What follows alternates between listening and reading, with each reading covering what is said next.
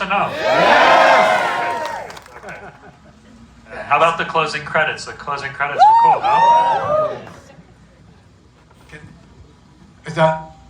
Vamos a hacer esperanza, ahí está la traducción. Ok, les voy a platicar cómo va a ser un poco la dinámica. Vamos a echar rapidísimo unas preguntas, luego van a ver unas preguntas del público que ya han mandado público, digo, que se me han entregado. Esta es una transmisión en vivo, que se está haciendo una transmisión también a toda Latinoamérica. This is going to be a live transmission for all Latin America. Live, right now? Yes, we're live. People watching, okay. All over Latin America? Be good. Okay.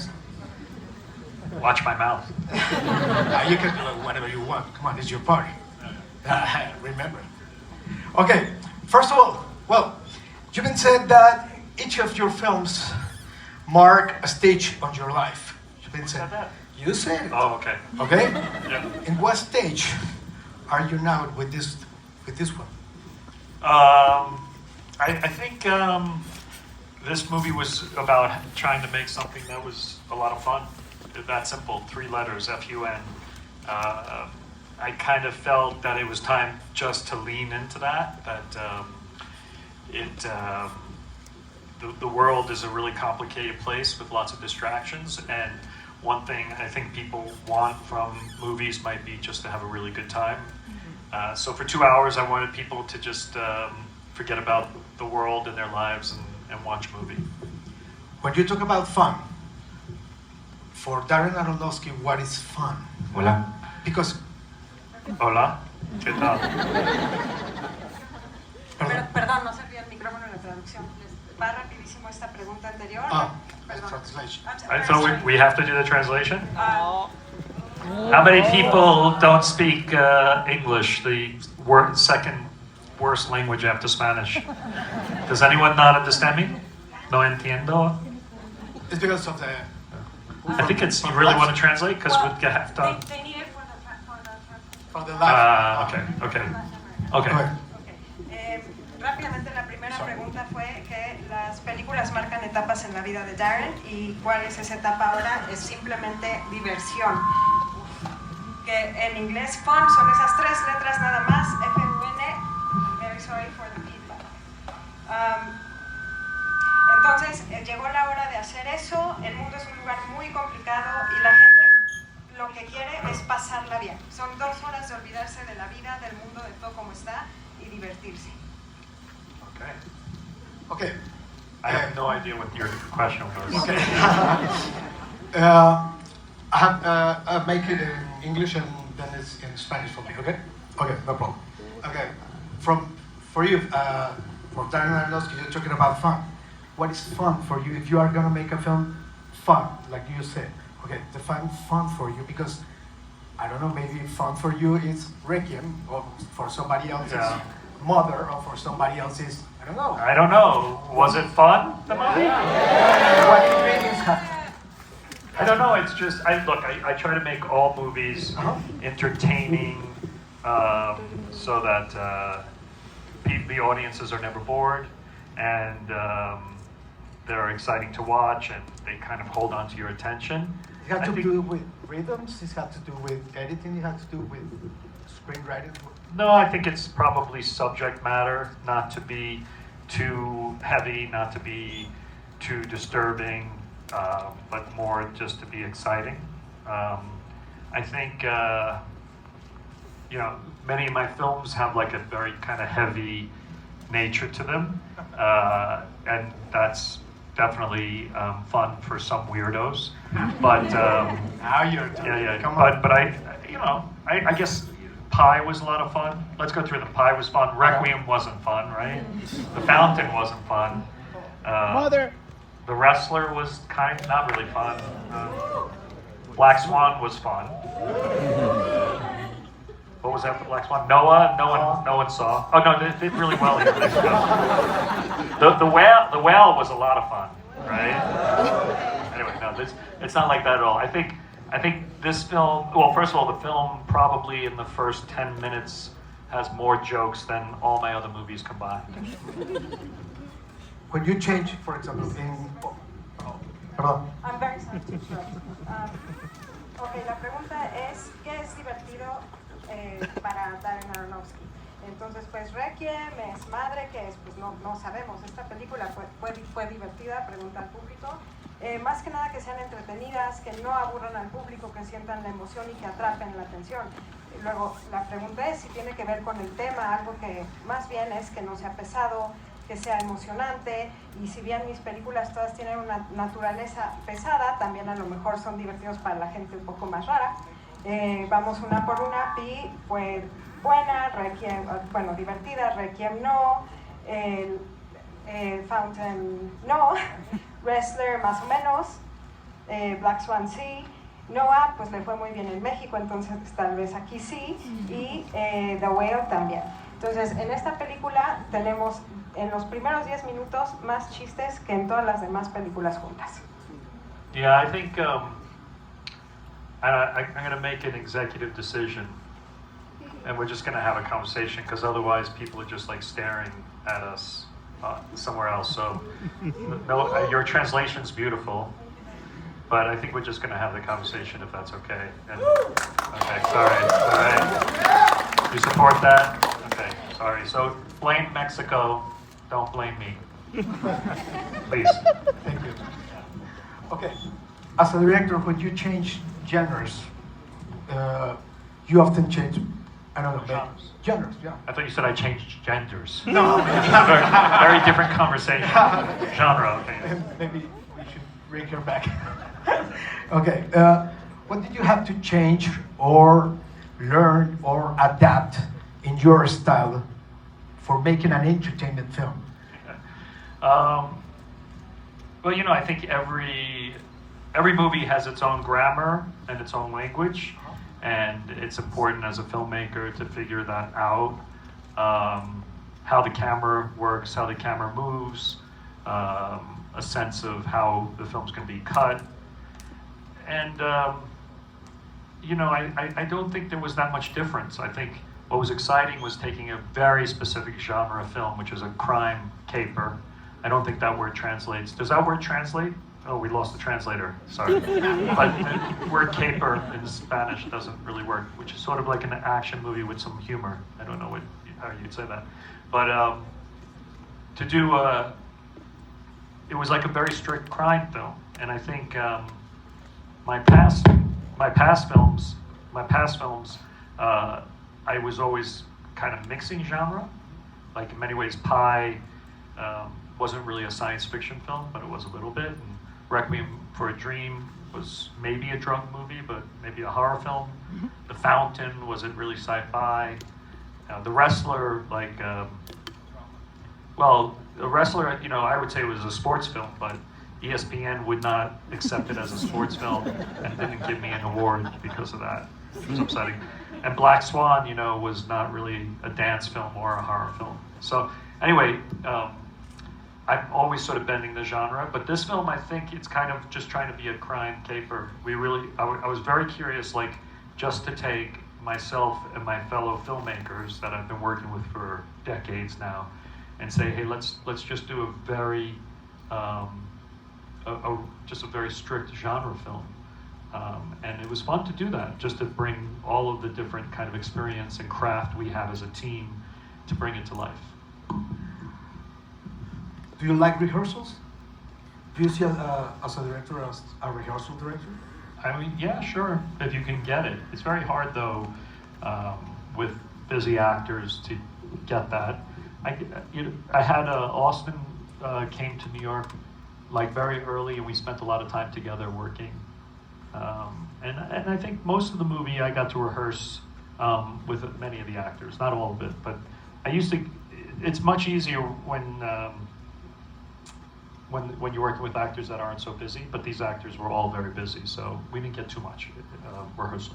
For some directors, the editing part are, I don't know, maybe the most difficult part in the process. For you is or painful part. For you is painful? Editing? Yes. No, editing's great. I sit on a chair and I eat popcorn.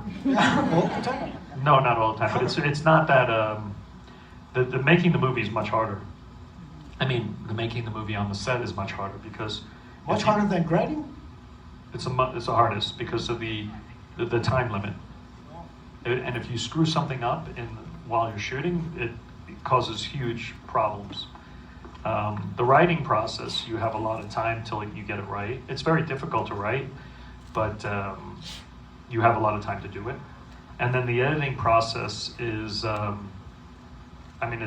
it's probably the easiest and the most exciting. I mean, even though it's painful at times, it's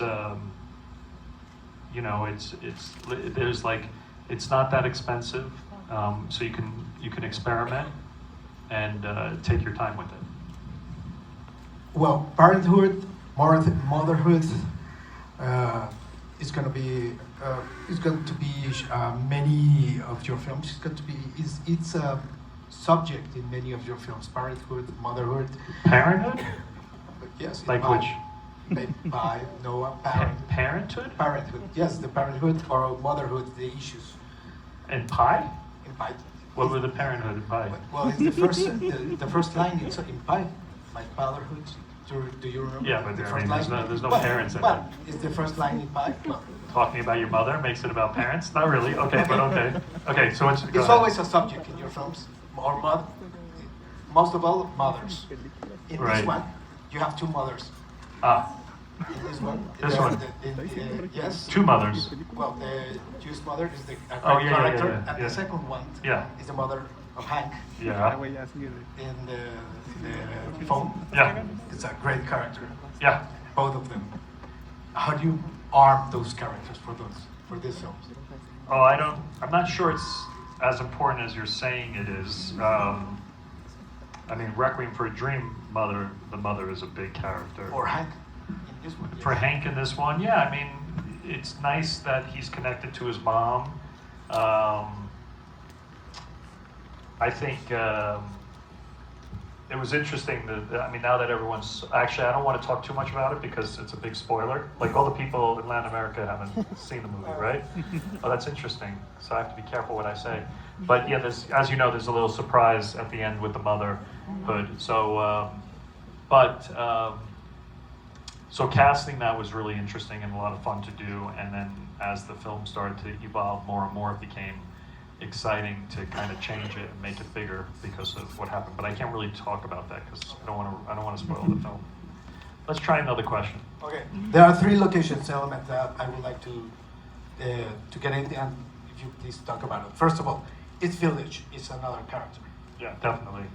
As we say, we call it in Spanglish in New York. We call it Lower Saida, which is how they called the Lower East Side. And so even Avenue C in New York is now Lower East Side Avenida.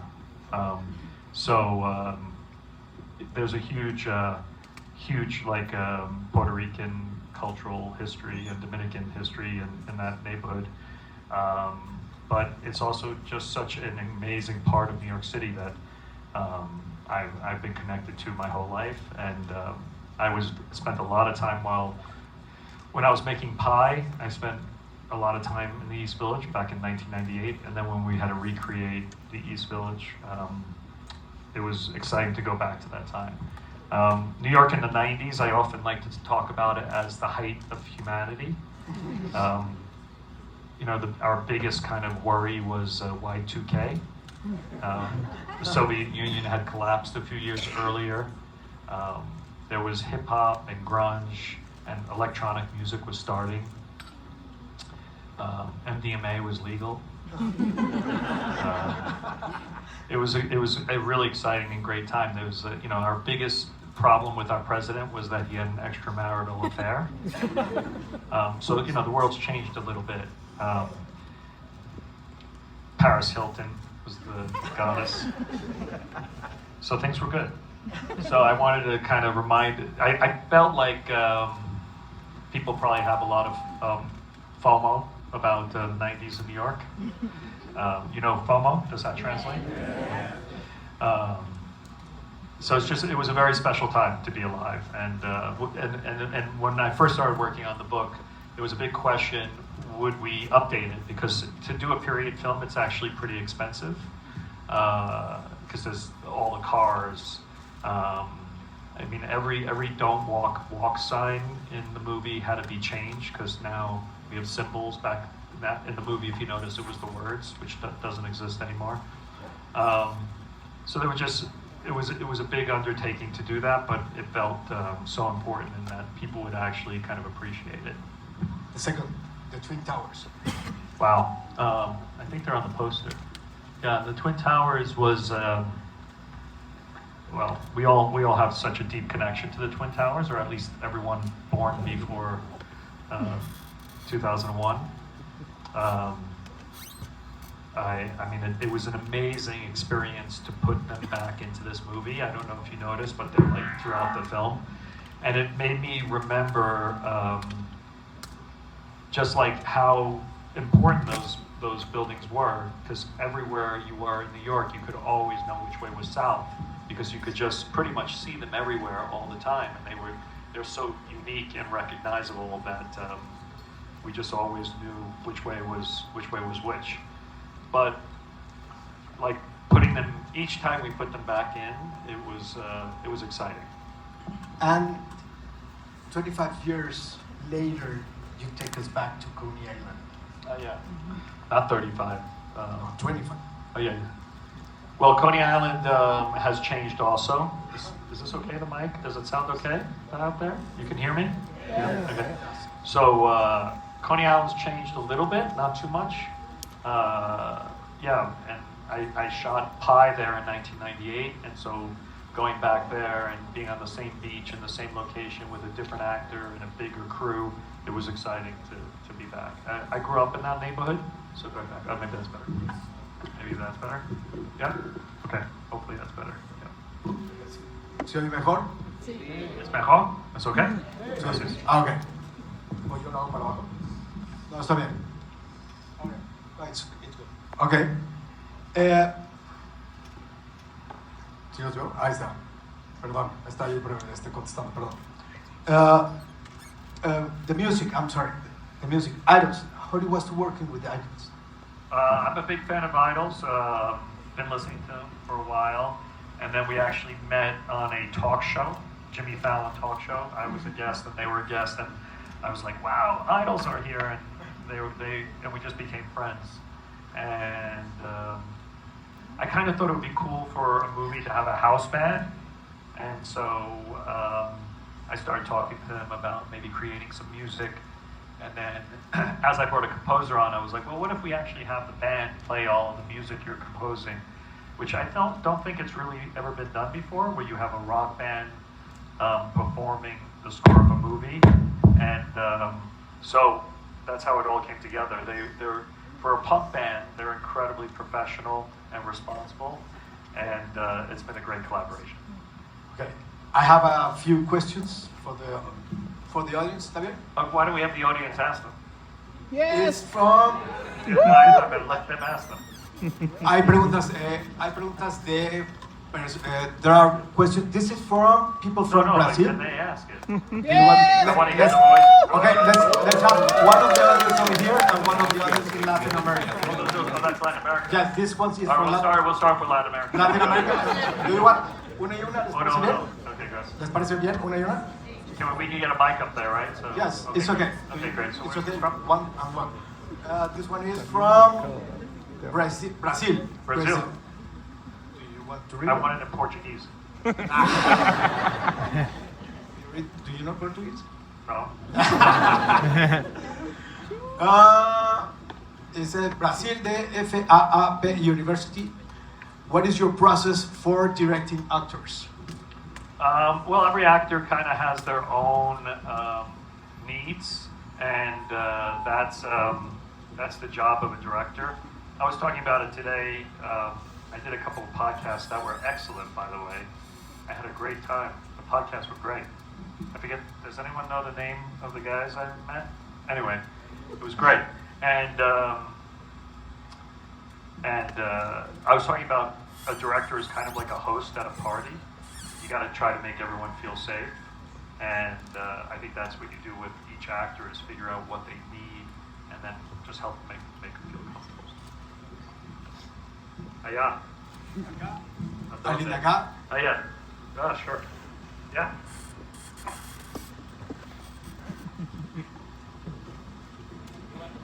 Right No. Yeah, yeah, the one with the first one on. Yes, I'm pointing at you. Wave back at me. No, you're not waving. No, not you. To the right. No. Yeah, you. Yeah. Yes. Yeah. Yes. She was the first one to raise her hand. You can stand up. Oh yeah, that's good. Okay. Okay, there we go. All right. Hola. Hola! Hi Darren. First of all, I want to say you're my favorite director. Oh, thank you. I am an actor, and I'd like to ask you, what qualities or elements do you looking for in an actor or actress that make you want to include it in one of your projects? And before we wrap up, I brought my Black Swan Blu-ray. It's my favorite movie, and it will be an honor if you could sign it for me. That probably won't happen, but Okay, it's okay. So I mean, look, I'm not looking for anything. I'm just looking for the right actor at the right time. A lot of the movies I do, they're often very challenging roles, and a lot of actors can do them, but you have to find the actor who at that moment wants to take on something that challenging. I just, on the way here, I caught up with Mickey Rourke, who I haven't talked to in a while, and it was an amazing conversation. He's hilarious. But it was the exact right time for him to do The Wrestler. I don't even think he could do it now. He wouldn't be willing enough to do it. But sometimes you just have to find the right actor at the right time. And I don't know if it's anything specific about them. It's just, it sort of matches up. I mean, Brendan Fraser is a perfect example. I had the Rail script for 10 years, and the script didn't change for 10 years. But I didn't make it because I couldn't figure out what actor should play it. When I thought about movie stars, like a Matt Damon, who could have done it, who's a great actor, I felt like audiences wouldn't really accept the makeup, because they'd be like they would think about where the man is and where the makeup is. But when I thought about Brendan Fraser, people hadn't seen him for such a long time, yet they still were able to connect with his soul in a certain way, that it was the perfect actor at the perfect time. Okay. México, from Mexico. También. Okay. Fuera de foco, Beca Salas dice, bueno, número 1 dice, says, está larga. You are a very meticulous director, and many of your films explore the obsession of control, but cut it still, and you are making a movie about how it is impossible to have control in our lives. How has your experience and evolution as director drew you to make a film that simply contradicts a lot of the philosophy you have infused your movies with? That's someone who hasn't seen the movie, huh? I don't know. I mean, I don't think. I don't know. I was able very easily to connect with Hank Thompson in this movie. It's a character that is able to get up every time he gets beaten down, and but keeps making mistakes. But he ultimately has a really good soul. So I don't think it was anything. I don't think I go in with like an intention like that. For me, it's just a good story. And this had a really fantastic story with all of these fantastic characters in an incredible setting. And that was the reason I decided to make it. Okay. Yeah. The guy with the mustache. Yeah, you, yeah. Pablo Pascal.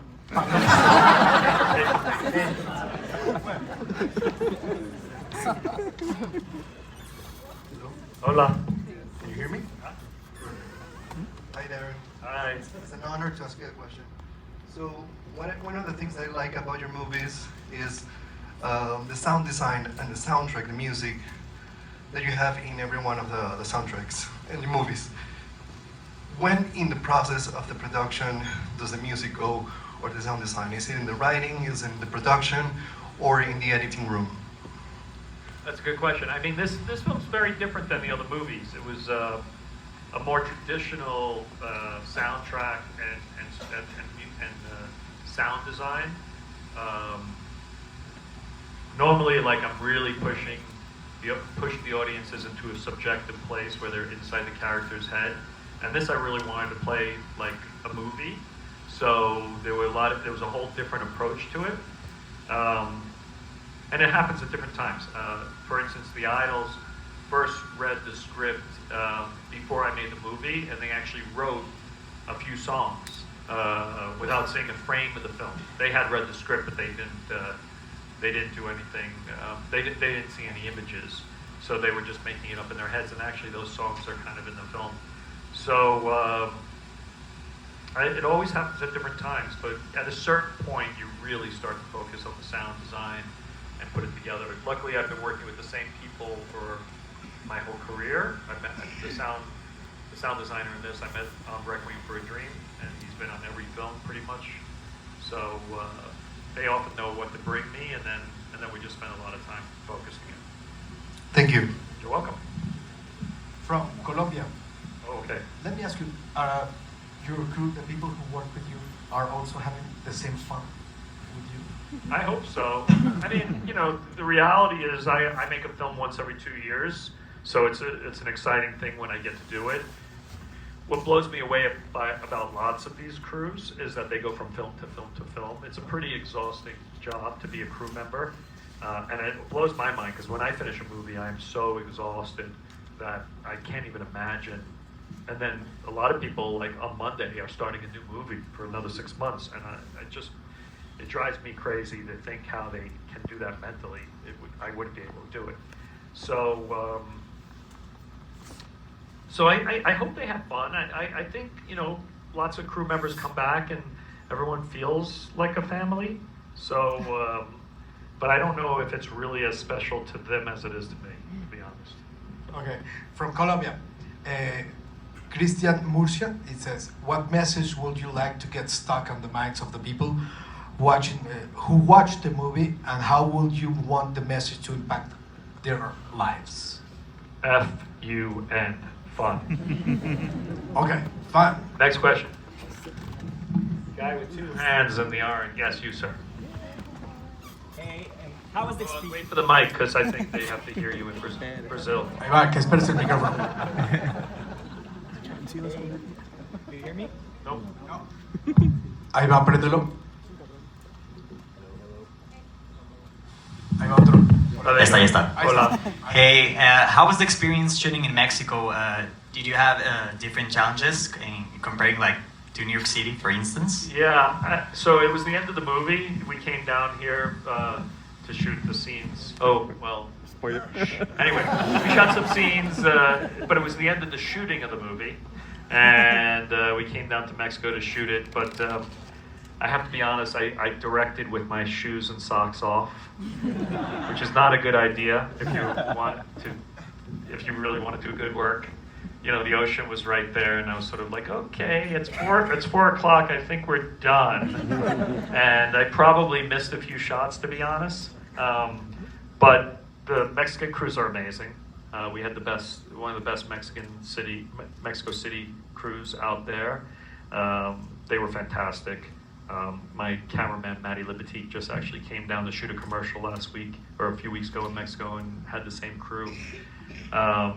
All the sets were built by, of course there were designers from Mexico City, but like the local builders a lot of them were Mayan, built the most incredible, I forget what they call those thatch roofs, palapas. And they knew how to do it better than anyone, and they were amazing. And it was fun. When we finished, I was done with the movie, so I ended up staying in Tulum for a couple of weeks, and I went to visit some of those guys in their villages out in the Yucatan, and had a great time with them, and had some food with them. So it was fantastic. I'd love to shoot a movie here. Thank you. Okay, dice from Chile, Gonzalo Frias. Cut Stealing is set in the 90s, New York. How much of that raw, punk, chaotic energy of the city did you aim to capture on screen? I hope we tried to capture all of it. Yeah, I mean, it was, the film is really trying to capture that whole energy of New York in the 90s, and we, you know, musically and fashion-wise and everything. We just spent a lot of time thinking about it and bringing it to life. Yes, the first one I saw was white baseball cap with the two hands and the sleeve tattoo. Acá abajo, ahí está. Everyone has a sleeve tattoo, though, don't they? No, esperamos, préndelo. Ahí va. Habla. Hello. Ya estás. All right. Darren, nice to meet you. My name is Cesar. First of all, I want to congratulate you for Caught Stealing. It's a very fun movie. I enjoyed it a lot. And I wanted to ask you, what would you consider to be the most important aspect when directing a film? The most important aspect when directing a film. I like how specific your question is. I don't know if there's anything. I mean, persistence is probably the main thing, because no matter what the movie is, no matter how commercial, no matter how many people want to do something, there's always resistance and there's always many, many no's.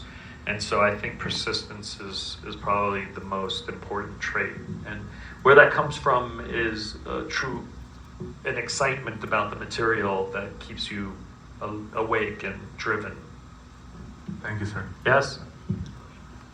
From Peru, Sergio Torres de Me Gusta el Cine dice, aside from the action, violence in the film, how does Caught Stealing explore human nature when it pushed to its limits and at the same time make the audience empathize with characters whose actions, in theory, could generate rejections? How did this person know this question? Have they seen the movie? Yes. Everyone's. How did they see the movie if it isn't released? Oh, it was? Okay. Great. How does Caught Stealing explore human nature when it's pushed to its limits and at the same time making the audience empathize with it? Was actually like... I mean, I think the question's a weird question because it kind of answers itself. But yes, I mean, Austin's character is very flawed and creates a lot of, he creates a lot of his own problems. But I think that's kind of true for so many people, is we do create our own problems. And it's kind of about, like, if you get up, and that's kind of what is great about Austin and his character, is he's just always kind of pushing forward, even though terrible things keep happening to him. Hasta arriba. ¿Quieres over there? Until the end? Ah. Well, I like the person with the light. You with the light. ¿Quién está con el teléfono? Hasta arriba. Sí, que lo está haciendo así. ¿Quién es? ¿Te puedes levantar, por favor? For being original.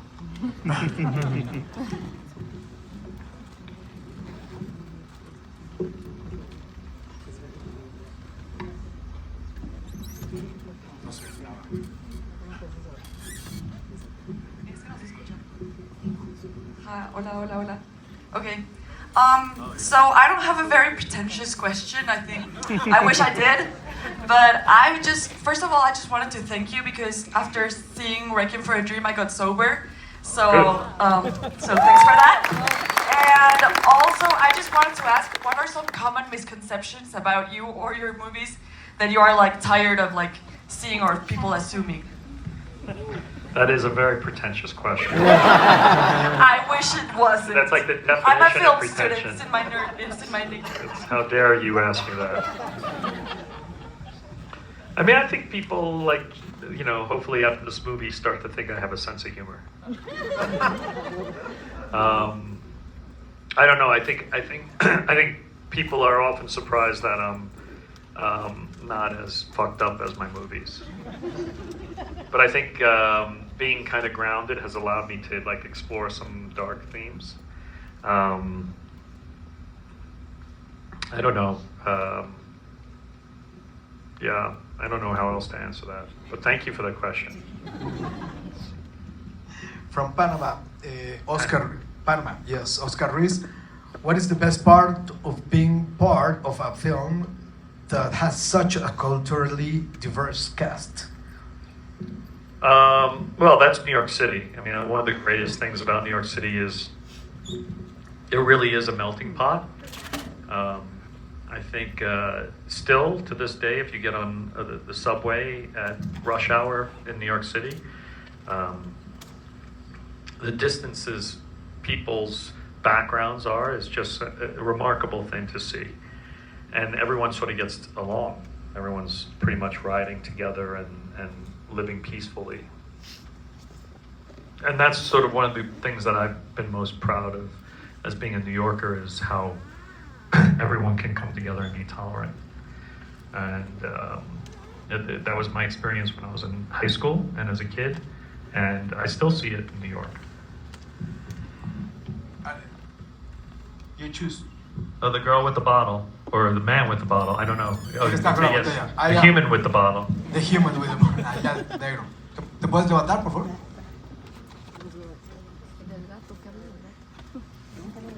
You gotta figure it out. You gotta figure it out.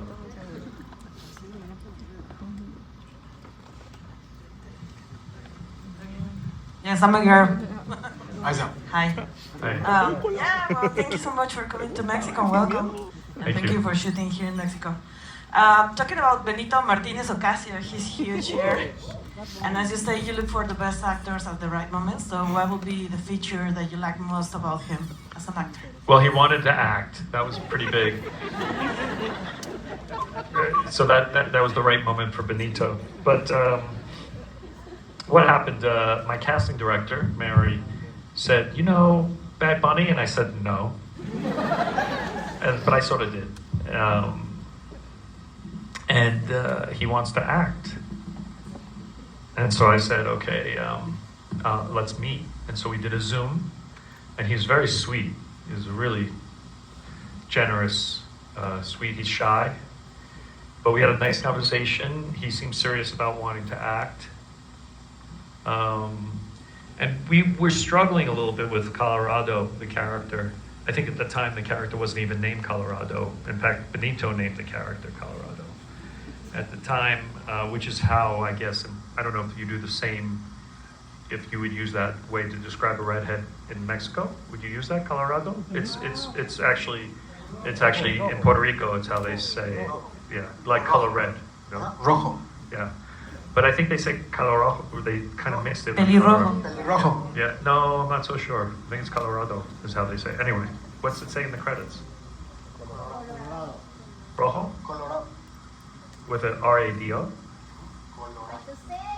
Like the state. Like the state, yeah. But you would say color rojo here, no? Pelirrojo. Red hair. What do you think of the movie, Gustavo? Are you happy? Okay. Good. Gustavo, one of our producers. Santiago, I guess so. You happy, Santi? Yeah, you okay? Am I still your friend? So Benito wanted to do the movie, and it was fun. You know, it was great. I mean, if you get a chance to go see his concert in Puerto Rico, I really recommend it. It was off the charts, amazing. It was one of the best shows I've ever seen. The level of emotion was like, you know, it was pretty amazing. Dice Costa Rica, de Giovanni Porras. You Dice, showed the movie everywhere in every Latin American country. I don't believe you. Like, someone's not telling me what happened. There's no way you set up a screening in Panama. es Costa Rica. Is that true? There was a screening in Panama, in a movie theater. Who did that? Really? Yeah. Really? Today? In a movie theater? And there's people everywhere watching this? Okay, I don't quite believe you, but... Hey, don't kill the messenger, man. Come on. No. And in Lima, too, también? And in Bogota? See? And in Costa Rica? Okay. Ya gritaron. I'd like to see a name of all the theaters. Por favor. Okay, gracias. Sorry. Okay. Come on, it's your Okay. show, man. So they watched the movie a couple of hours ago, and then they wrote questions, and the questions just came here. Yeah. They were sent in advance before they saw the movie. Okay. All right. Yeah, please. It just sounds a little suspicious, no? You're all with me, right? A little bit? Yeah, Okay. Puta, estar con madre esto. okay. If you're like, where's the camera, by the way? Do we see them? I guess. Oh, yeah. Ah, Hold over on. there. Ahí está. Please, if you're in anywhere outside of Mexico, right here, and you're really in a movie theater, like a real movie theater, and you watch the movie, then DM me on Instagram, please. Okay, thank you. I'm gonna test these guys. Yeah, exactly. DM me that. Not a bad idea. I've got it ready, so okay, go ahead. Okay. And we are looking for Giovanni Porras from Costa Rica. It says, the movie is based on the Charlie Houston book of the same name. Was there another movie or director that inspired you particularly from this project? Yeah, there were a lot of New York movies that inspired me. So Martin Scorsese's After Hours was a big influence, and that definitely translated into Griffin Dunn, who stars in that movie, to be in this movie. He's an old friend from New York. I never got to work with him, and the After Hours just had its 40th anniversary. So, I mean, there's many overlaps with After Hours besides my fanship of that movie, but like even the Mr. Softy truck in both movies. And then there was like French Connection by William Friedkin for the chase scenes was a big influence. Dog Day Afternoon by Sidney Lumet. The Taking of Pelham 1, 2, 3, the original with Walter Matthau. But so I wanted to make like a film that really had the DNA of New York City and the kind of craziness of New York City. The Warriors. The Wire? Warriors. The Warriors. Yeah, I mean, yeah. Have you seen it recently? The Warriors. Yeah, it doesn't hold up. Don't It's break got a my lot of heart, don't style. break It's my got a lot heart. of style, but it's like, yeah. I mean, look, they're heading to Coney Island, which is where I grew up, so it's a very meaningful film. Yeah, so many of those films. Okay, we're checking Instagram. That was enough time to see if we got any DMs. Really? Okay, hold I'll on. wait for you. Requests. Let's see. Okay. I'm in a movie theater right now in Sao Paulo, Brazil. Watch me live. Life at University. Pedro Tiazzi. Okay. Okay, the movie. Hello there. I'm in a real movie theater seeing your interview. So I'm very funny, by the way. The movie and the interview. Salam Caballero Hernando. He didn't say where he is, though. Where are you? Salam. Okay, Daniel. This is another Brazil. It sounds like Brazil happened. Ooh. Oh, this is from Honduras. I'm watching from Honduras, and my name is Orlando Arita. Can I ask a question? Okay, Orlando, go ahead. All right, this is great. Is there a problem? All good? Okay, good. All right, great. Okay. Anyway, we can get the questions from. That's kind of more exciting to get it from Instagram now. Go ahead. Okay, so one of here and one of Okay, here. there you go. Okay, let's do it. Let's do this. Okay, we have five more minutes. We have only 5 more minutes, I guess. Okay, great. 10. 5? Oh wow, in 5 El minutes. Salvador.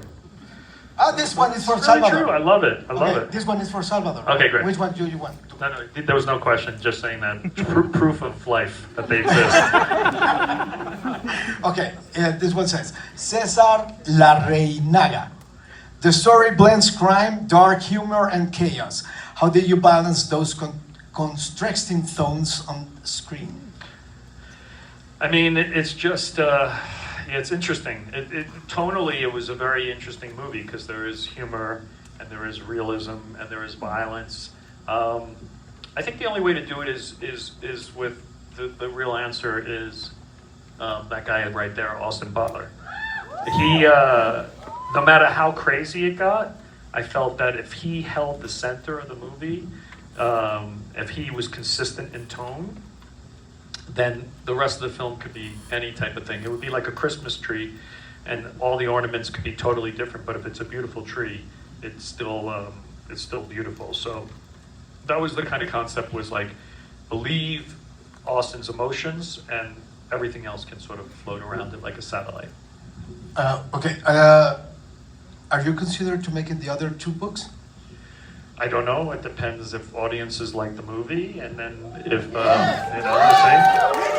I hope so. And then thank you. And then if that works out, if Austin's available, and if Tonic the cat is available, you know. Gotta do it before Tonic dies. God forbid. I mean, it's a beautiful cat. Not too old. The cat was pretty great, no? Yeah. One more up there. Creo que una más. ¿Una más? No los veo. Una más aquí. ¿Aquí? Okay, one more over here or one more? Hi, Danielle. Just saying hi to people. This person's always like good. I need questions from these people. All right, that's in Spanish. I can't read that one. Okay. Okay. With the white shirt. Yeah, you. Yes. Hola. Yes, sí. Get a mic to this guy. Stand up for us. Gracias. Okay, nada más recordarles. Hey, we get this guy getting a question here. Which one? This guy right here.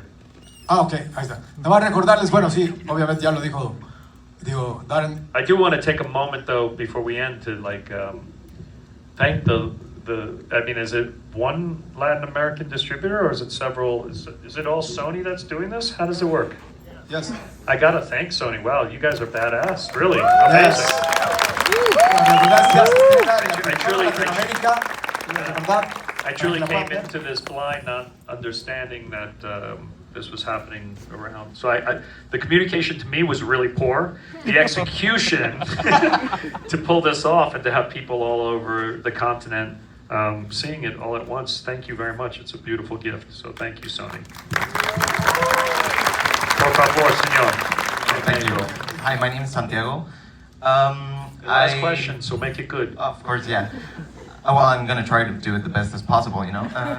I was going to ask you, how do you, as an artist, adapt to this shark-filled world of an industry? Like, I just finished college in film, and I'm very nervous, and I don't know what's the next step. So I don't know, as an artist, how do you adapt to this world? That's a good question. What are you afraid of? Well, first of all, I'm afraid that people are not going to value my art. Right. And I know that's like a contradiction, because I Yeah. have to believe in myself, and that's art. And, Yeah. But I don't know. It's kind of it's terrorizing, you know. Yeah. But like, what are you afraid? Tell me what you're afraid of. I'm afraid I won't be able to. But do you know what you want to say? Yeah. Of course, I'm just a little bit nervous, you know. Yeah. I'm just a little bit scared of not being able to achieve my dreams, you know. Right. Yeah, that's a tough one. But you have something to say that you want to say now?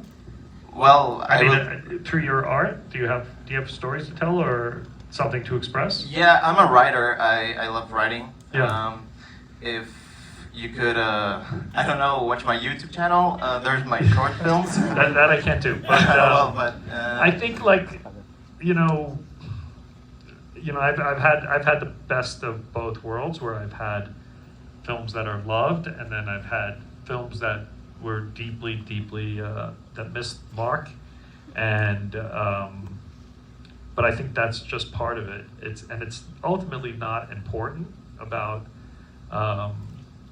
if it works or not. The most important is like that your voice gets into the world and as much as you can. So I think you focus on that and not focus on, you'll be blessed if people start reacting to your work and speaking about it. But the only way to actually do it is to finish stuff and to keep putting it into the world. And as far as like what you should put into the world, it's like the more truthful you can be to yourself for stuff that you want to express, the more likely is that that's deeply human. If you try to like please someone with a certain type of idea that you think other people will like, it mostly won't work. It's got to go back to what you, through your lens, thinks is interesting, and then bring that out into the world.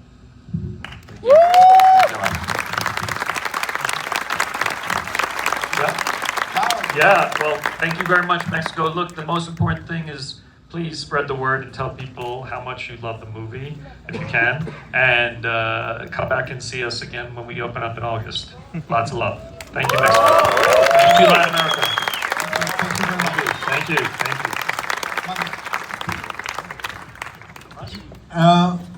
Bueno, así que, bueno, nada más recomendarles que muchísimas gracias por todo.